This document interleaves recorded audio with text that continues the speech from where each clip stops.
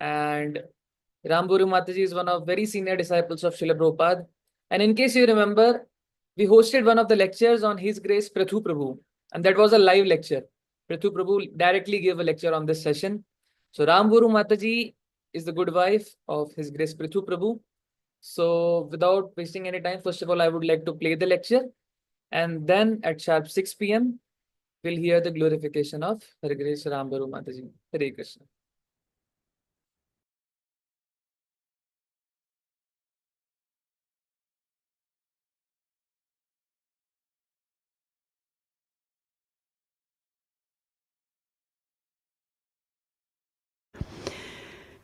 There's another disciple or a person who knew Prabhupada before he came to the West. He was a disciple of Sridhar Maharaj, and he remembers that he lived in that room above Prabhupada's laboratory for 8 years, and he got a lot of association with Srila Prabhupada. And he says that Sridhar Maharaj instructed Bhakti Sundar to attend Prabhupada's classes every day. He used to teach a Bhagavad Gita class every day at his little temple. And at nighttime, he would be translating the Bhagavad Gita and writing it, and then in the daytime, he would just repeat the commentaries that he was studying in the nighttime. He remembers that Prabhupada's main focus in his preaching was trying to demolish the Mayavadi philosophers and the impersonalists. And that so often in the morning time, Prabhupada wouldn't even open his shop. He would be so absorbed in speaking Krishna Katha with Sridhar Maharaj that he would not even open his business. In fact, he was so absorbed in talking about Krishna that he would not eat. He would forget to eat. So they might start at 9 o'clock, 8 o'clock, 7 o'clock, talking about Krishna. And Bhakti Sundar, who was a disciple of Sridhar Maharaj, he would be there as a servant, but he would get very hungry. And, it would get to be about 11 o'clock. They'd missed breakfast. And so now he's getting hungry, 11 o'clock, 12 o'clock. And he would get angry. Bhakti Sundar, who was a disciple of Sridhar, would get angry at Prabhupada and them for talking so much, because he said, we're missing our prasadam, we're not going to eat anything. And he would have to stop. He would say, flag them down, stop talking, I'm hungry, I can't sit here, you go to get me some food. And Prabhupada would pause for a few minutes and get him something to eat so they could continue in their katha. And to hear that from me as a disciple of Prabhupada, when we saw Prabhupada, he would come in, sit on the Vyasasan, he would have his servants. You didn't get that picture of him on a day-to-day basis, but this book has given me a glimpse into Prabhupada's life was fully wrapped up in hearing and chanting. He would send also this servant of Sridhar out to distribute his Back to Godhead magazines. And all of those magazines were written in English because he was instructed by Bhaktisiddhanta to preach in English. But all the people on the street spoke Bengali. And even Bhakti Sundar didn't speak English. And so he said, how am I going to, what do I say to people if they don't read English? Or what do I say? Or how do I get them to take the magazine? And Prabhupada just said, just chant for them the Mahamantra, and they can look in the book. Mahamantra is the universal language. They can look in Back to Godhead magazine, and they can read about it. Prabhupada had so much faith in the chanting of the holy name, he didn't care whether people understood it from their own language. He understood that it actually was powerful enough on its own. Sometimes when Bhakti Sundar would go out on Sankirtan, people would ask him, why are you worshiping Krishna instead of Mother Kali? I suspect in Bengal that's a big one, right? And Prabhupada said that he should tell them, and Prabhupada himself in his preaching would tell them,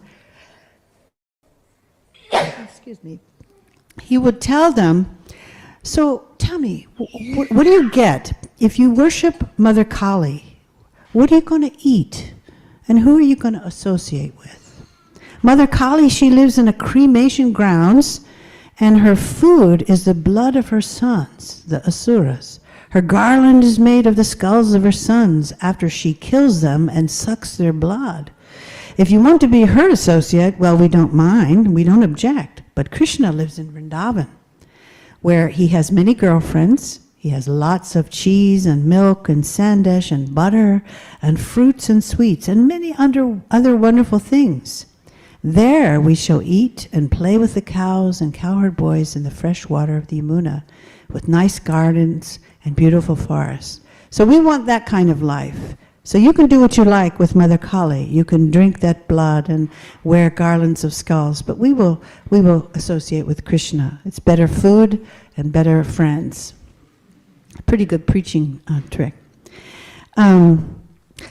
Bhakti Sundar, he remembers that Prabhupada used to chastise him for using vegetable oil instead of ghee for cooking. That's an interesting thought, because I know we have a lot of vegans in our movement now and people who would prefer not to take ghee, but Prabhupada was insistent, even though the brahmacharis he was living with didn't have very much money to buy ghee.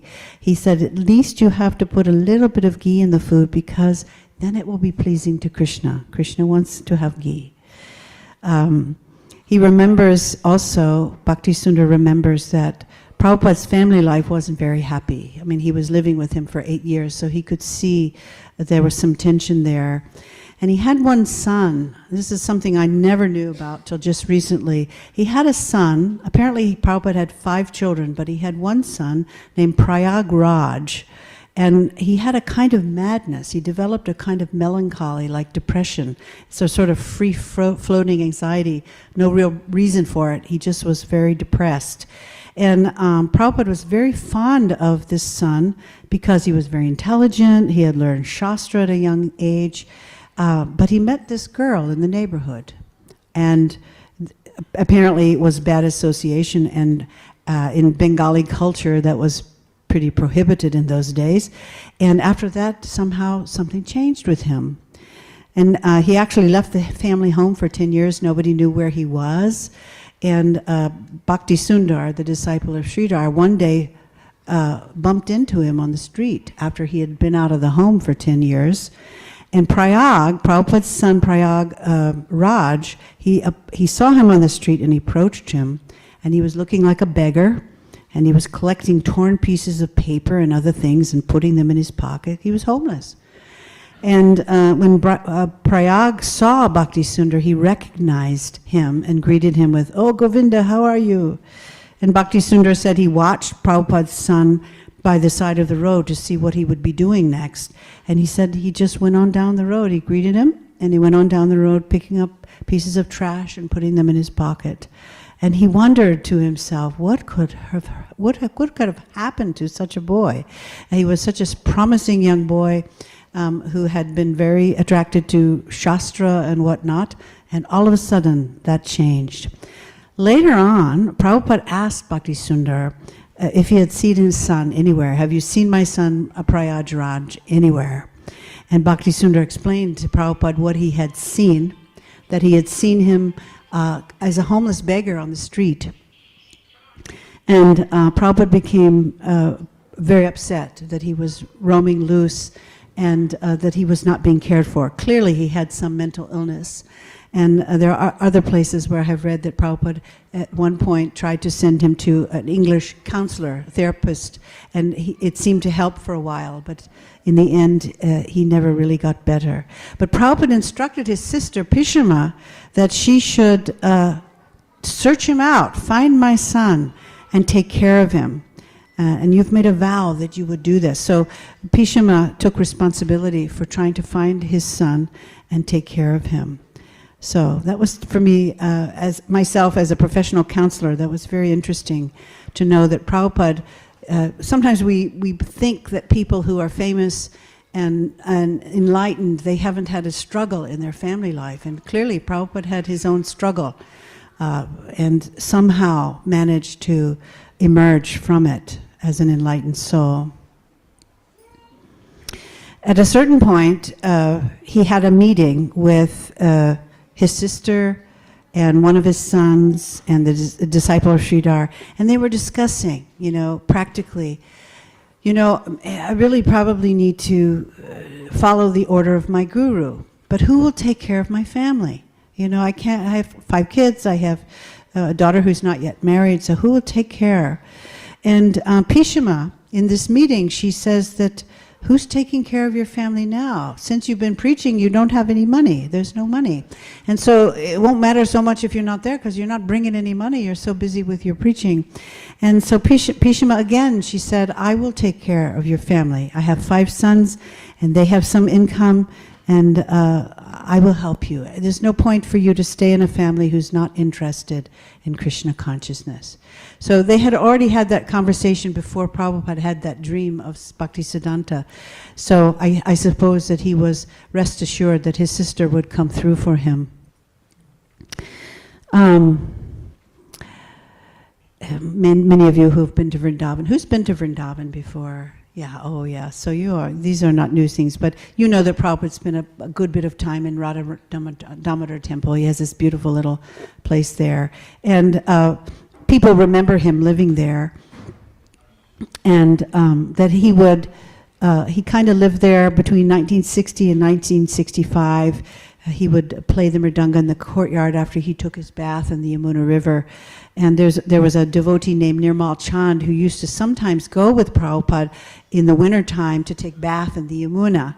And if you've ever taken bath in the Yamuna, even though it's not cold like in America where we're getting snow, it's pretty cold in Vrindavan in the winter time.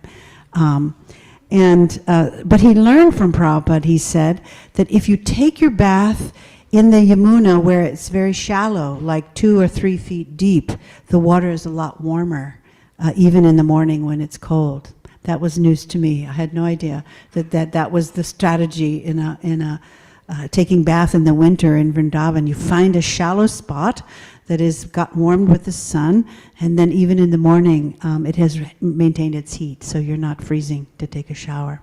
So after Prabhupada and then would go walk down to the Yamuna and he'd take his morning bath, he would come back to Radha Damodar Temple, and he would sit in this little kitchen room. If you've been there, you know he had a little teeny kitchen room. And he would just sing there by himself with kirtans and have bhajan just by himself. And he especially liked this song called Sri Rupa Manjari Pada. And then he would sit in front of the Rupa Goswami's samadhi for an hour or more and chant. At 11:30 in the morning, this was like a daily routine that Prabhupada had, he would sit on the roof of his little room, and he would massage himself with mustard oil. Later on, when he had disciples, they would do that, but he had maintained, even with disciples, he maintained that schedule. And then he would go for Bhoga Arti at the Radha Damodar Temple. And he taught this Nirmal, who was sort of following him around in those days, how to chant the entire Bhagavad Gita using a special tune that would help him remember it. And when Prabhupada finally went to America, he write this young brahmachari, please come and help me train my disciples how to cook and do pujari service. But he could never come because he had an elder parent he needed to take care of. Then in the evening, Prabhupada would have some discussion, lecture, kirtan, right off of the porch of his little room. And by 5 o'clock, he would take shower and then go visit the different temples, like Madan Moham Temple and Govindaji Temple. Nirmal noticed that Prabhupada slept maybe 5 hours, but often 2 or 3 hours a night. And he noticed that Prabhupada was always thinking of Bhagavatam slokas. And if one would come into his head, he would remember a sloka in connection with something that was happening. He would immediately stop whatever he was doing, if he was walking, if he was sleeping, and write it down. So he was always preparing for his mission.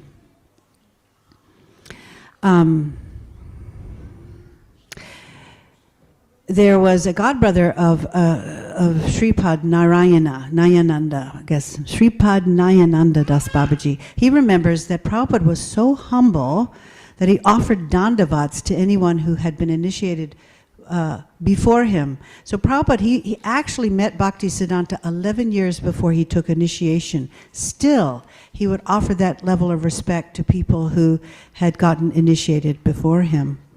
And Nayananda remembers that sometimes they would, a party of brahmacharis would suddenly show up at Prabhupada's house. Often it was so late at night that everybody was sleeping.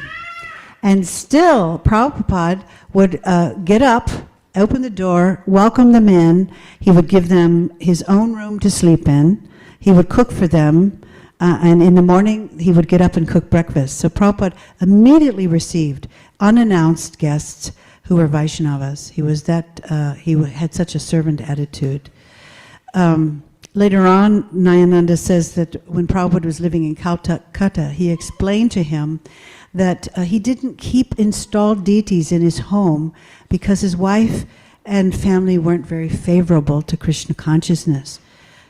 Actually, the truth is, Prabhupada arranged for his wife to get initiated. I did not know that. You know, we always have this notion that Prabhupada's wife was sort of not real, devotional, but she was actually initiated by a Bhakti Saranga Maharaj, who also initiated Prabhupada's sister, Pishima. So even though she was initiated, she really never had a taste for devotional life. So that's possible. Just because we're initiated doesn't necessarily mean that we have pure love for Krishna. It's just a beginning. He did have, Prabhupada had his own room in the house. He had a room above the laboratory, but he had a room in the house. And he had an altar with pictures. He didn't want to install deities in the house because his family were not very favorable and they wouldn't follow the necessary principles to do deity worship. But he always worshipped with so much awe and reverence pictures of Radha Krishna, Gaura-Nitai, and Bhaktisiddhanta. And he actually had a little picture of Sridhar Maharaj on his altar that he would worship as well. And Nayananda asked him why he did that. And he said, because I accept him as my Shiksha Guru. I thought that was interesting as well. Prabhupada chanted 64 rounds every day, even though he was working full-time. Who has a hard time managing 16 rounds and working full-time? Is that a hard thing to do? Yeah. Can you imagine? I mean, I suspect in India, a full day of work is 8 hours. Is it different or not? Are people working 6 hours, 4 hours? What's a full day of work in old India? Oh, yeah, okay. So on top of that, he was chanting 64 rounds. That's amazing. And then when he was finished his rounds, after work, if he had done everything he needed to do, he would immediately, if he had time off, he would go associate with devotees in the nearby temple, or he'd get on a train and go to Navadvip or Mayapur. He never wasted time. And I know I have in my life wasted so much time. So when I read this, it's so inspiring to see, my goodness, what his standard is.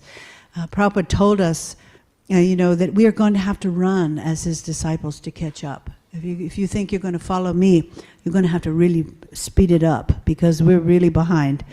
And so this is very inspiring to me.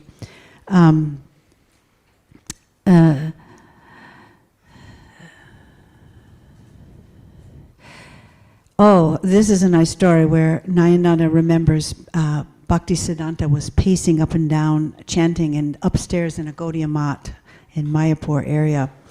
And Prabhupada had come to see him as a householder. And he didn't go in the room. There were a bunch of brahmacharis and sannyasis chanting with Bhaktisiddhanta in a room. And when Bhaktisiddhanta saw Prabhupada in the doorway, he motioned for him to come in. And Nayananda, a brahmachari, was very surprised how much affection Bhaktisiddhanta Swami gave a householder. In Bengal, in those days, that was not, householders were not considered first-class citizens, but I think that's changed now.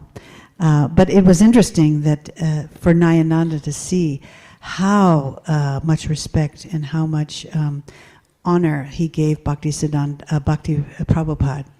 And he remembers, if you've read any of the memories of Prabhupada, you'll know this story about how on the last parikram that Bhaktisiddhanta had, and on the very last day of the parikram, they had all gathered, thousands of disciples had gathered, and Bhaktisiddhanta looked very deeply at someone who was sitting behind Nayananda, a brahmachari, and when he looked behind him, it was Srila Prabhupada, and he said, it was practically the last thing he said on that parikram, is that however long it will take, there's one of my disciples, he didn't name Prabhupada, he said, one of my disciples will cross the ocean and bring back the whole world.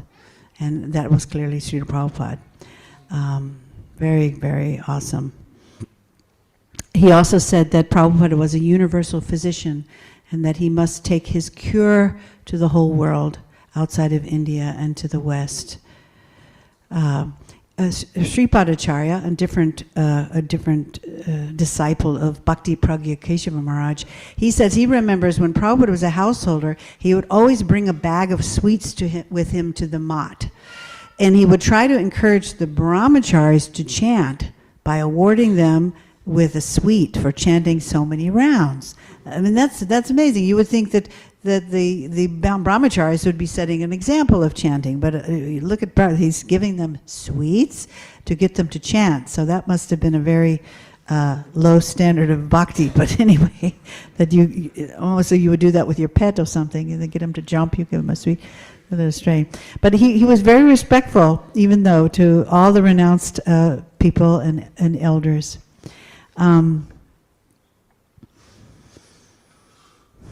He always told his godbrothers, please come with me. I'm going to the West. I don't know when, but I want you to help me. And nobody helped. So I know that's true in all the memories. He wanted so much that his godbrothers would work together on that, but it didn't happen. It never happened. Sripad remembers that Prabhupada often was crying when he sang the Guru Astakam prayers or Jaya Radha Madhava. We saw that a few times when we were in Prabhupada's presence, that he would weep, tears would come down his eyes. But that was not just true of us. There are many associates of Prabhupada in Vrindavan and elsewhere who witnessed that. When Prabhupada would chant, he would cry at a very, very deep level of bhakti. There's so many. I want to. We only have a limited amount of time, so let's see.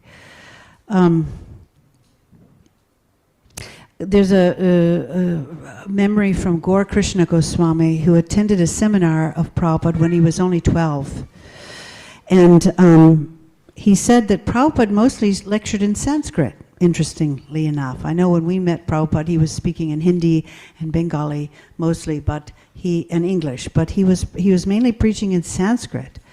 And he remembers, Gaur Krishna remembers going to a movie theater with Prabhupada when he was a householder to see the movie of Lord Chaitanya that was playing there. Have you all seen that Neil Chal, the Lord Chaitanya movie? It's in black and white. It's you've seen that, yeah. I don't know if that's the one they went to see, but I thought it was interesting that Prabhupada went to a movie theater to see that. And he remembers noticing that Prabhupada only used rough paper when he was, he didn't have a computer and even a typewriter. He was doing an awful lot of his work was with a pencil and a paper to make notes. And his only possessions really were his japa beads and this rough paper and pencil. He remembers that Prabhupada would sometimes come to their house in Vrindavan, and he would only take prasadam and any water or anything if he was invited. He never would mention that he needed food. He always waited to be invited. There's another Pishama who lived in Imlital. I was living in Vrindavan in 1976, so I remember meeting this woman, Pishama, at Imlital.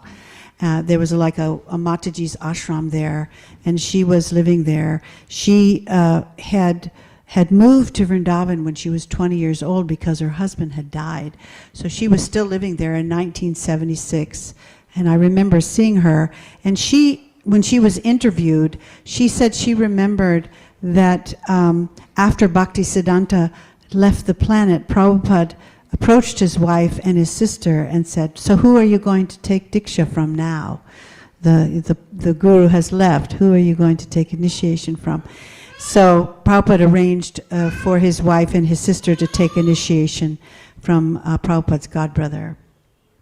I said that before, but in connection to Pishama, she was also she was a god sister of Prabhupada's sister, and often, even as a young girl living in Vrindavan, Prabhupada would call for her to come and offer service to his deities.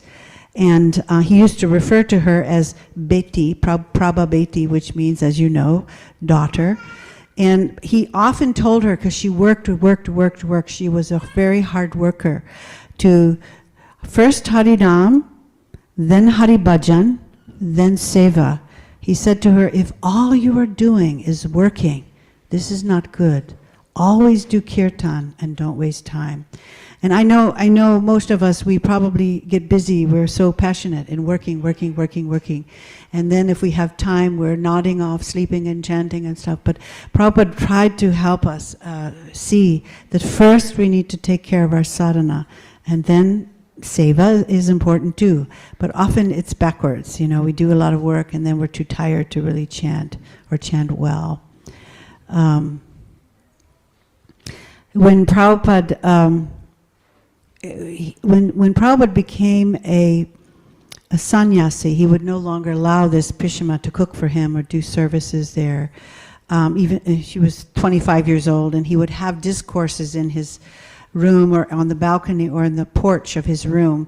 But he would tell her, don't say anything during the discourse. He didn't want to have a woman talking. And so she said he was very strict when he took sannyas not to have any association with women. But after he had gone to America and had disciples that were men and women, when he came back to Vrindavan, his whole mood had changed. He became more like a father, and he became very friendly with her and treated her like his daughter.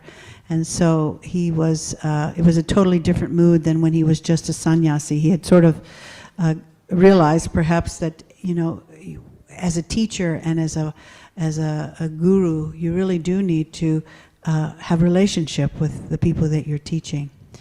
And he instructed her to please come and help train some of the Western lady disciples who apparently in Vrindavan had come, and they were all dancing, go-go dancing, kirtans, and Prabhupada wanted her to teach them how to be chaste and live properly, you know, live in a proper way. This is a really interesting little memory by Sripad Bhaktivedanta Vaishnava Maharajas, who's a disciple of Bhakti Pragya Keshava Maharaj Prabhupada, sannyas.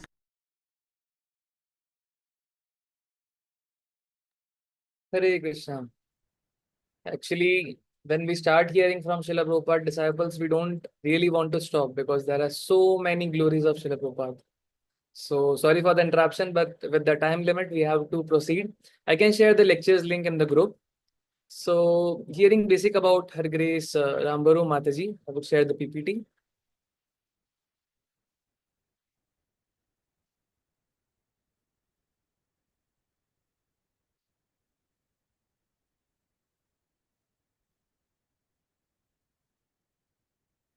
So basic introduction of Her Grace Rambhoru Mataji. She was initiated by Srila Prabhupada in 1974 in Cologne, Germany. She was married to His Grace Prithu Prabhu, and together they served Srila Prabhupada in many parts of the world. She is mother of two sons, Madan Mohan Das and Shri Madhav Mahotsav Das. And she's a deeply dedicated disciple of Prabhupada. She has been actively serving the Vaishnav community for over 5 decades with an unwavering commitment to spiritual care, education, and empowerment. Services and contributions of Mataji. She has assisted her husband, His Grace Prithu Prabhu, in establishing and managing ISKCON temples across Germany, Switzerland, Ireland, and India. She has served ISKCON for 26 years in a leadership and support role. Long-time member of ISKCON Prison Ministry, corresponding with inmates and distributing Srila Prabhupada's books. So basically, early life and devotional journey of Mataji. She she's from United States, and she discovered Krishna consciousness in her youth. And she was deeply drawn by the deep philosophy and the purity of Srila Prabhupada's teachings. She became a full-time devotee and quickly took on responsibilities that would shape the course of her spiritual life and lives of many others. So, in early days, she actually served in various temples across North America, including ISKCON Philadelphia, where she had leadership role and was known for her humility, determination, and nurturing nature.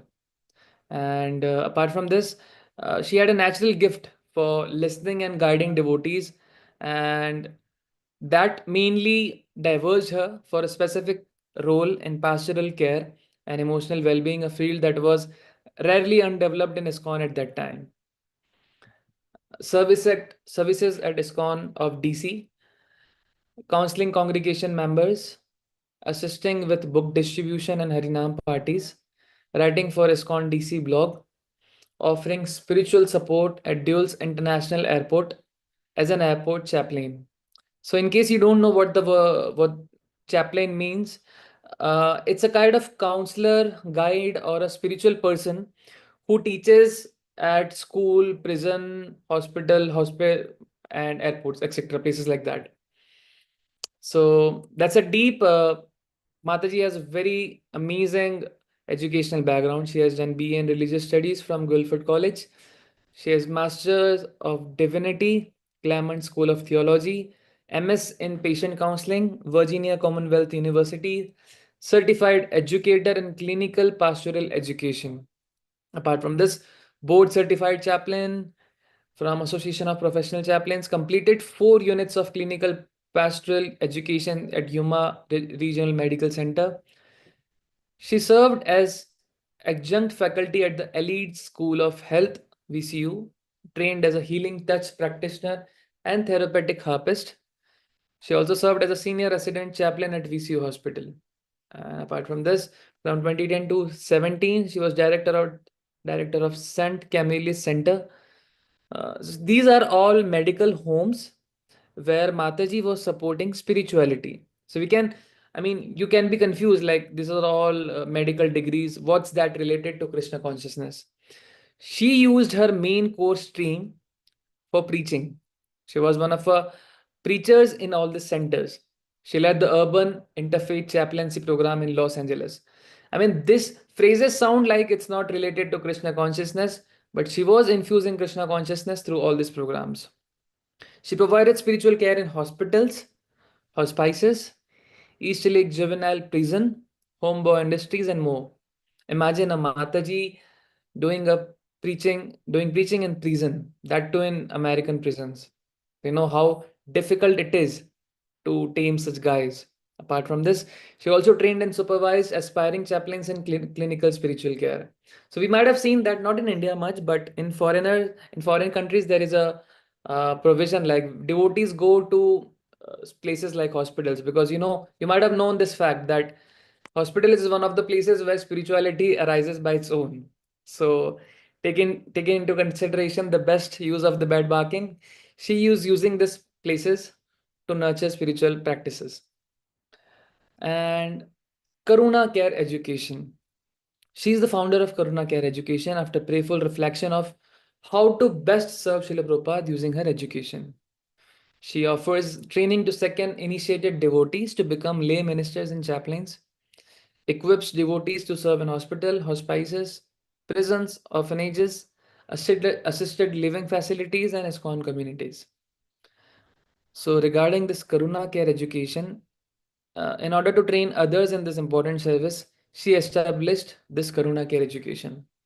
It's an initiative that offers training in empathetic communication, grief counseling, trauma healing, and spiritual care. These are all guided under a spiritual and Vaishnava framework. This program actually has benefited hundreds of devotees globally, including temple leaders, counselors, and congregational members. So this was one of the most major initiative that Mataji has done. And she has served for several years as a hospital chaplain, bringing Krishna consciousness to the broader interfaith context with sensitivity and grace. Her experiences there enriched her approach to helping devotees navigate suffering and maintain faith even in challenging circumstances. So, current services of Mataji, she is active in Karuna Care Education, overseeing programs and mentorship. She continues to mentor chaplains across the US via Mary of Washington Hospital, Institute of Clinical Pastoral Training, San Camillus Center. She's also supporting ISKCON outreach and pastoral care through writing, teaching, and counseling. I think so. There's one slide missing. So, apart from this services, she is a global influence and is currently working as women's empowerment for especially for the devotees. So, Mataji travels extensively, offering seminars, retreats, and courses on spiritual care, Vaishnavi empowerment, and conscious communication. She is a role model and mentor to many women in ISKCON, showing through her example that deep devotion, leadership, and emotional intelligence can go hand in hand. She also encourages various devotees to develop inner emotional maturity along with the sadhana, emphasizing self awareness, empathy, and importance of supportive relationships in spiritual life. Let's have one anecdote about remembering Srila Prabhupada. When Prabhupada entered the airport, he walked along a big red carpet with devotees on either side. And I got close so I could size up this person. My first impression were that he was short, that his feet didn't touch the ground. And I couldn't understand him. That embarrassed me because I thought I was spiritually enlightened. But I knew that Prabhupada could understand me a lot better than I could understand myself. Some devotees guided Srila Prabhupada onto a large Vyasasan in the VIP room. Devotees flanked him, fanning him with a chamar and a peacock fan, while someone washed his feet. Another person offered arti. Other devotees were laughing, chanting, singing, and crying. So Mataji sharing one of the moments where she took association of Srila Prabhupada. Uh, Apart from the current services which we discussed, there was one more service. Mataji is very renowned for her deeply philosophical classes. She often blends spiritual insights with real life application. As you might have seen in this lecture, which we heard recently, how she was remembering Srila Prabhupada and was dealing with some practical examples. She's known for her kind heart and powerful presence that brings healing and encourages everyone she meets. So Mataji's ongoing services has become actually it's connecting spiritual depth and emotional intelligence and helps devotees to grow up in Krishna consciousness. Continuing with one more slide of remembering Srila Prabhupada. While she saw Srila Prabhupada, she thought, if Prabhupada were to look at me, he would see what an idiot I am and how puffed up I am. The devotees formed a semicircle around Prabhupada while I hid behind a large couch some distance away so that I could look at Prabhupada without him seeing me. Prabhupada was looking at his disciples from England, Paris, Spain, and other places. But he kept noticing that there was a peculiar thing happening behind the couch as I was crouched there. Prabhupada repeatedly looked around and then looked at me. Although I had tried to hide myself, I had made myself more obvious. Every time Srila Prabhupada looked at me, my heart broke. I felt humiliated by his glance and I started to cry. I sobbed, and after about 10 minutes, I felt purified, I felt clean and rejuvenated. It was my first experience of the glory of being humiliated by a pure devotee. We can see how initially devotees had experience with Srila Prabhupada. It was all deep discussions which we can't perceive from our material point of view.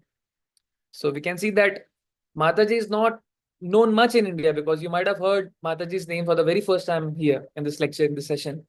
We can see that how special, I mean, she's using her talent as a special, uniquely doing a departmental services of joining emotional intelligence with spiritual intelligence. How she's empathetically caring for devotees. She's working in hospitals, prisons.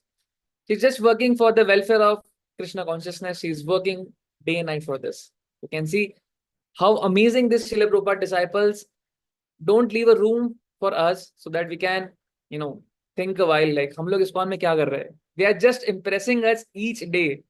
Have you ever thought that someone might be doing this service? So if you haven't ever thought, you have a live example of Mataji, and you can hear her lectures online on YouTube. I can share the last lectures link, so you can type the same name and find the lectures of her. So I would like to pause my words here, and we'll see you next weekend. Hare Krishna. Thank you for joining this session. Her Grace Rambhoru Mataji ki jai. Jagat Guru Srila Prabhupada ki jai. Nitai Gaur Premanande. Hari Hari Bol. Hare Krishna.